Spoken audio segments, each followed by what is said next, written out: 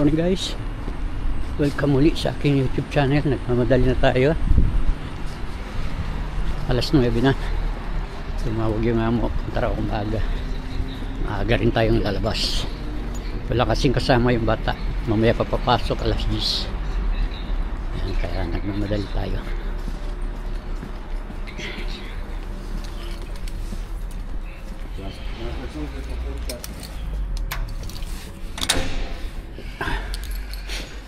Ayan tayo sa loob, ang lamig. Buti yan dito yung ang ating sensor. Okay guys, kita-kita ulit tayo muna. Guys, atid ko lang sa school kung bata. Wala kasi yung nanay, malis maaga. Kaya ako nagpapit.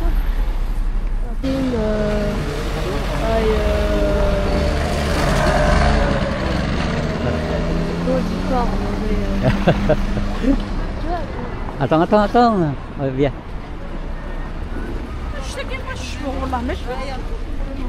Elle t'a pas rappelé? Non, j'ai pas fait le métal. Je sais pas parler anglais, hein. Moi Si. Pas trop, un petit peu, mais bon. Parler bien.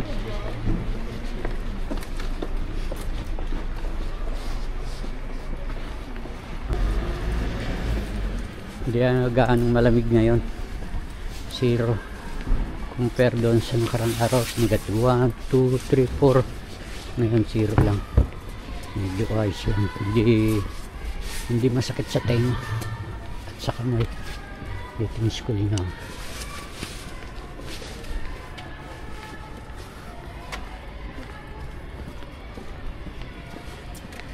Ayan. Gerson, Jameson. Okay, abwa. Balik na tayo sa ating trabaho. Natid ko lang yun.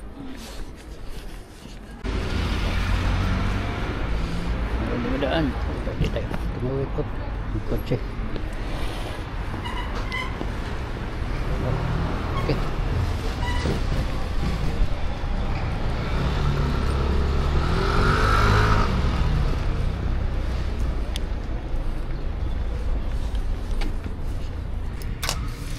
Okay guys, dito na tayo para magpag-umpisa na ulit para matapos na yun.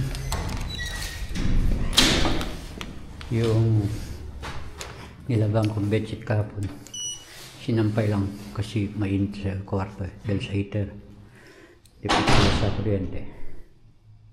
Okay guys, tapos na tayo at ilalak lang natin itong pintuan at siset natin yung alarm para sigurado tayong pag may nag-lock, pag may nagsaksak ng susi dyan, mag-aalarma yan. Okay guys, baba na tayo.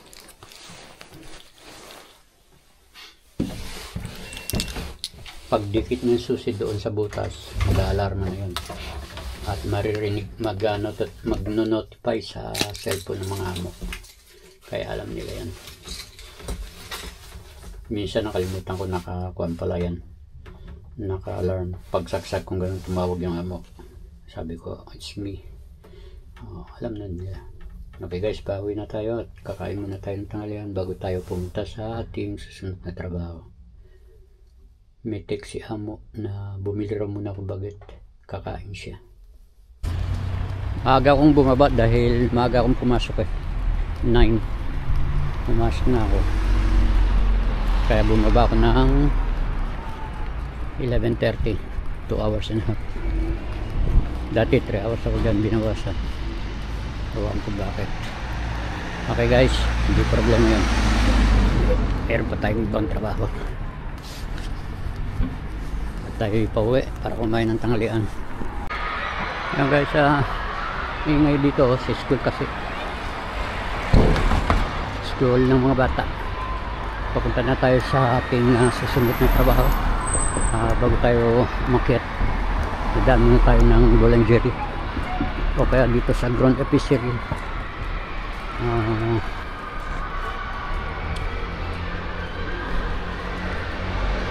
Bibili tayo ng tinapay kapag bili si amo bago punta tayo ng bangko, magpunta tayo ng pera. Tapos diretso na tayo mamimili para mamaya hindi na ako baba.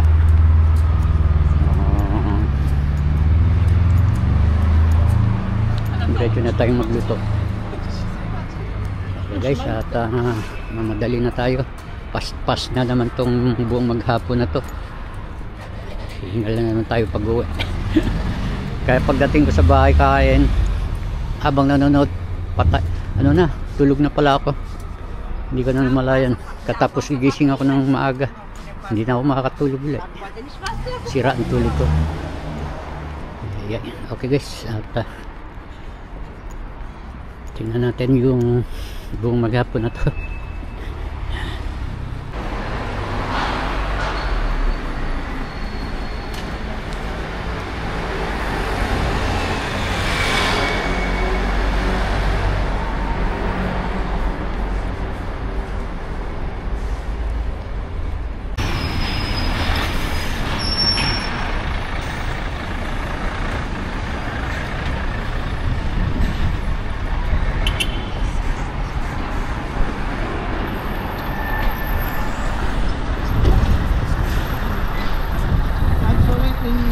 In application ha?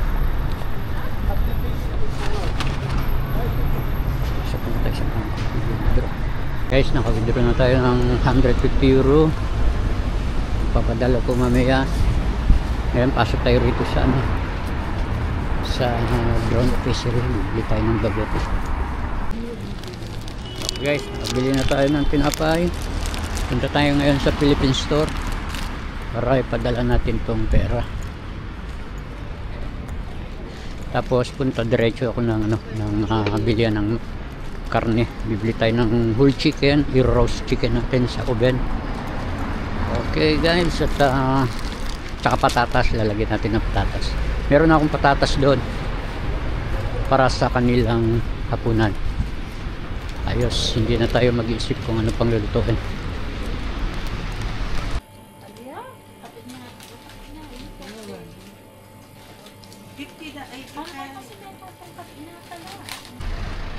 Okay guys, akampis na tayo dito sa baba. Mamaya na tayo baba uli pag sundo kay Paul. Nabili ko na lahat ng kailangan. Naipadala ko na rin pera. Kaya akyat na tayo. Okay.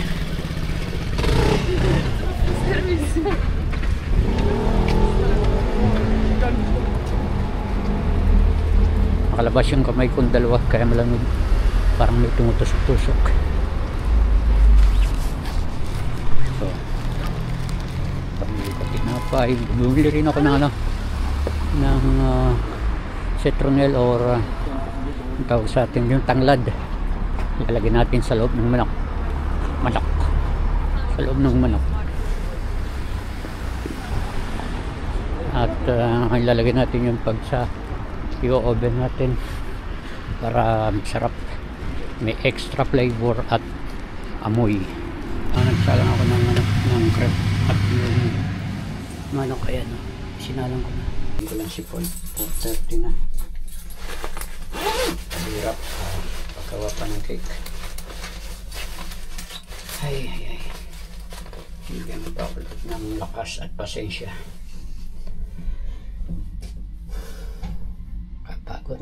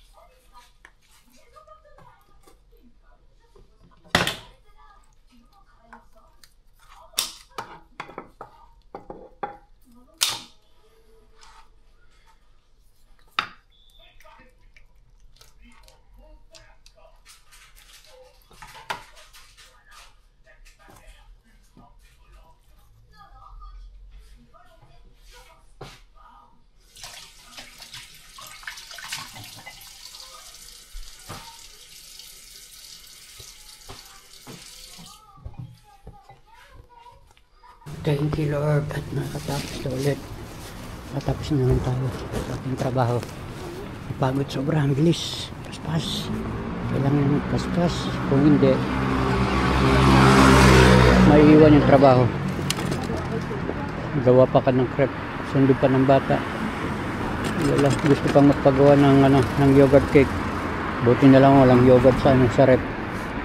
At kukunti na lang yung harina, hindi magkakasya. Kaya yun ang sinabi ko.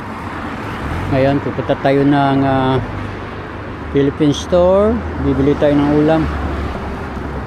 Wala na ang oras ako para magluto ng gusto kong ulam. Dahil hindi ko na kaya talaga. Baksak na. Hindi na lang tayo ng print ng ulam dito. Oo, kaya anong makakain. May dala akong kanin. Nagsayang ako kagabi.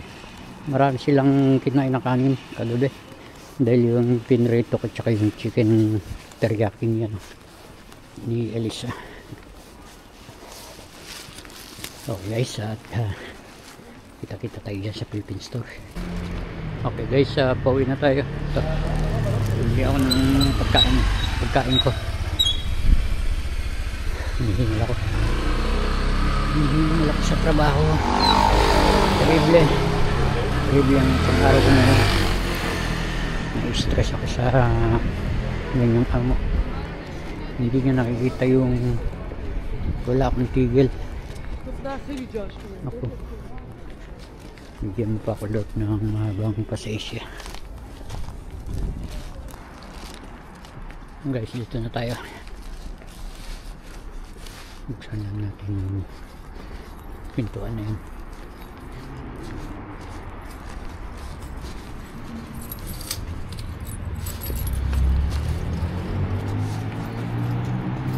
Lamig pa. Hindi nakuha ang susi.